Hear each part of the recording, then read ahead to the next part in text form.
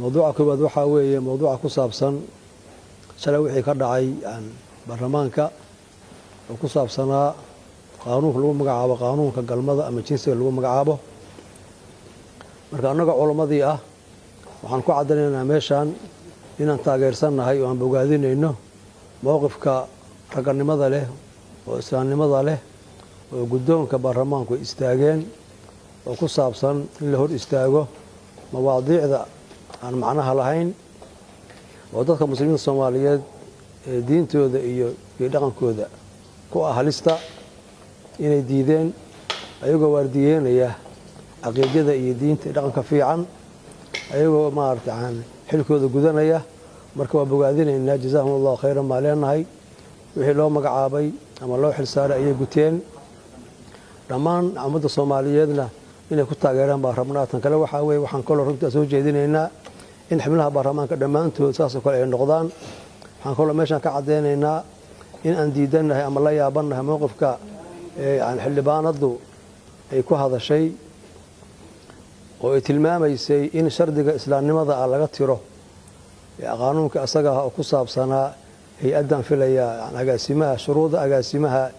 hay'adda socdaalka inay ahayd baan filayaa oo shardiga islaamnimada in laga saaro soo jeedisay oo amoodid inuu adeegayso ama ay difaacayso dad Soomaali oo gaaloobay oo ay u raadinayso meel ka soo gari lahaayeen ummadda Soomaaliyeed marka waxa leenahay midaasi wax banaan ma aha gabadha dadkii soo doortay waxay u soo doorteen inay danahooda iyo danta islaamka ay maaragtay u matasho in marka magacii ummadda loogu qareemo oo lagu difaaco dad ummadda ka baxay oo diinteeda ka baxay oo ummadda khilaafay runtii shay munaasaba ma aha marka waxa leenahay dhamaantiin iyo dhamaanteenba waxaan naloo xilsaaray aan gudano dalka iyo diintana aan waardiyeyno aan iska jirno inaan u noqono kuwa adeega cadowga Ilaahay iyo cadowga ummadeena iyo cadowga diinteena kadib waxaan codsanaynaa gabadhaas inay cadaalad hesho oo hay'adaha dawladda oo qaabilsan arrinkaasi si fiican oo hufnaan leh in loo baaro oo kalsooni la'aanta ka muuqato dadkeeda ka muuqata iyo cabashada ka muuqata in dadkii la cabasho tiraan rabnaa oo si sax ah insha Allah taala kiiskeeda loo baaro hadii la yiraahdo midda labaad dambiilayaashii markay wax ku cadaato waxay mudan yihiin in la marsiiyo oo aan looga turin oo aan maxaan ku waraala siyaasadaynin baan soo jeedinaynaa oo arrinkaas xun oo foolxumada badnaan oo xanuunka badan runtii si fiican iyo mowqif fiican laga wada qaato oo gabdhaheena xurmadooda iyo sharaftooda lagu ilaalinayo dadka bahallada ahna waxay mudan yihiin la marsiinayo insha Allah taala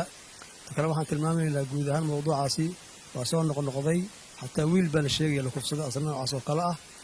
aan maartay ayadoo dad ciidankii wata diriskiisii wata maaragtay sida la sheegay ay kufsadeen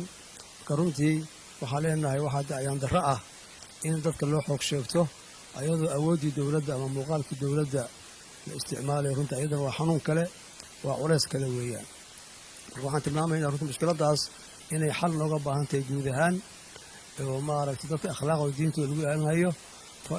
fawaaxishta in laga daba tagaa waxaa ka fiican in laga hortagaa fiican